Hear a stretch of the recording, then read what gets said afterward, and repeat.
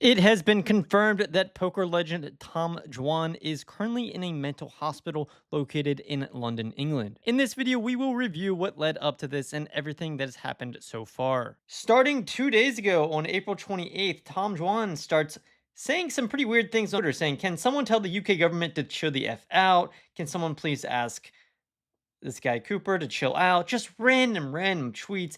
Then he starts tweeting at celebrities, at Madison Beer, "Would you start a quick stream session?" He's friends with her. At JD Vance, starts tweeting at him, starts tweeting at Donald Trump, active treason. What's happening? Active treason. And then he reveals where he's at. He says, "US Embassy, please help. Please pressure the maximum amount possible to save my life," at JD Vance. So, this was all yesterday. He didn't have many tweets on the 28th, but he started more on the 29th. He's saying, "Please send help." Like, people are wondering what's happening. What is happening? What is happening? Do you need help? And we continue. He says, "Under no circumstances should I be drugged or sedated. This was agreed at high level, US and UK." That's a weird one. Got a lot of likes. Um, it's time for investigation at Joe Ingram. And now he's starting to talk like he's a spy of some sorts. He says, "I have never considered suicide or self-harm, and everyone close to me knows that if I'm in pain, I'll just let them hit me and take deep breaths, so there's no need for me to ever be restrained. On plane, I flailed because I didn't clock out and were trying to get to me." So maybe something happened on his flight towards the UK. We don't really know. He's saying he flailed on the plane, but he doesn't need to be restrained. He's inferring that he is being restrained. And then 14 hours ago, he says, "Think there's probably two-ish US Muppet agencies involved along with one Muppet UK one. They are wildly offsides. Guess they don't like shit I happen to see in the process of their bullshit squeeze OP being escalated to Trump and JD. I haven't had a drug since 8 months and don't want any." So he's saying he wants this to be escalated to Trump and JD Vance. He hasn't had drugs. UK Metro Police likely broke my rib and I'd guess small chance punctured my lung. Still no x-ray. Also 20 to 30% broken hand, small.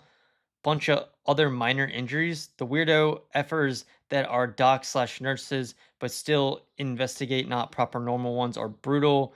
Only 20 to 30% are the normal ones. I saw so many other people getting hurt. I could be a brutal witness against UK, US. Okay, this is all just starting to make, no sense at all.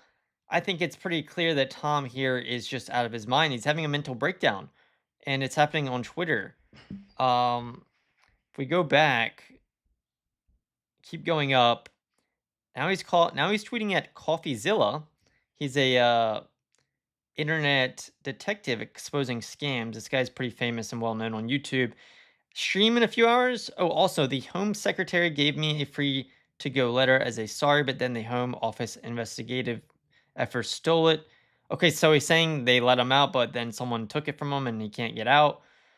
Who do I know that knows Kai Starmer? Close okay. I mean, these are just very random tweets. If we just keep going through it. Park Royal Hospital, and then he gives exact details of where he's at. Room 18, should be no reason for anyone to come in this room or me to move for 24 hours at least. Should be longer. How do I live stream? That's not a good idea. I do not want any drugs, and if people come in, I'll sit in the corner, so no excuse for me to be assaulted, etc. People who love me or care about me, please help me survive the next few hours or days. I can't do it alone. Should be no reason for any drugs or people to come in the room, etc. Westside Wesley from HCL tweeting at him saying, "Don't hurt at Tom Dwan, please. I think he's really in danger and needs some help." Wesley is a gullible fella. At Real Donald Trump at JD Vance. Thank you, good read. We'll win, we'll win overtime. Just hoping they don't spaz first. I mean, I shouldn't be laughing because this isn't funny. It's a sad that he's actually having a breakdown here, it seems. Uh, they broke my rib, likely punctured lung again 12 hours ago. Don't hurt Tom, please. Just some more crazy tweets. You're an idiot talking to this random girl on Twitter. I was given 3 docs by Home Secretary. 2 still I have. Long story short, Tom was tweeting at his friends in higher positions like Nate Silver, and then we'll go on to see some others like Ryan Feldman saying, Tom is a good man with a good heart. If anyone can help him in UK, please do. He doesn't deserve this. We are praying for your safety. He doesn't deserve what exactly? I don't know. It seems like he wasn't harmed. I don't know. We'll see. I'll show you a video that they have. By the way, on the flight early on, as the flight attendant plugged in my phone, he wiped my browser history and other info. So this plane was obviously in motion for a while. Please help. I'm so scared. I'm a good man. This is nuts.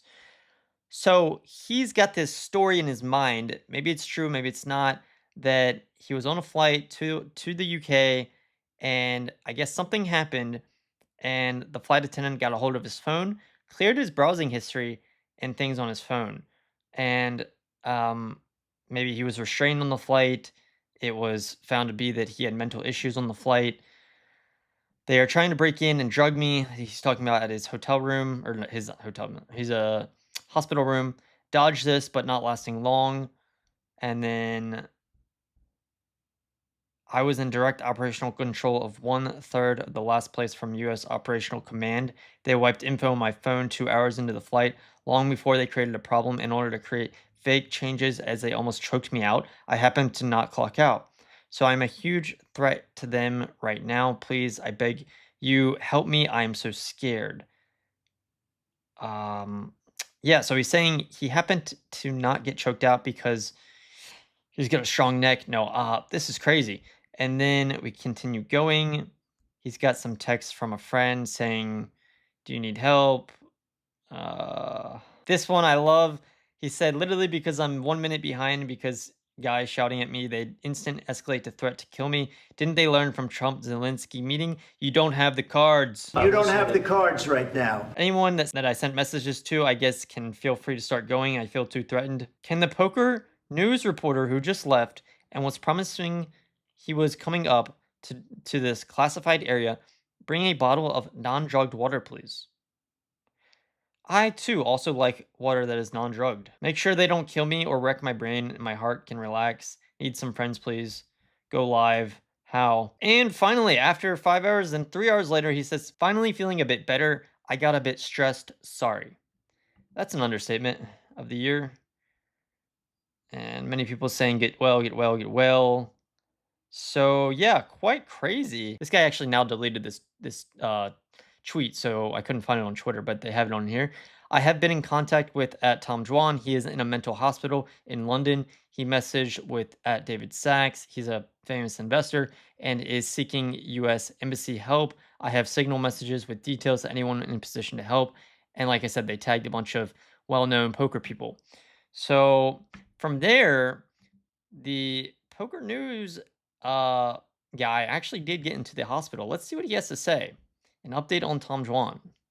I've just come out of the Park Royal Centre for Mental Health after speaking with Tom Dwan. He's clearly under the supervision of the NHS here in Middlesex, just outside of London. I spoke with him for about 15 to 20 minutes. He spoke to me at length about what he believes he's gone through.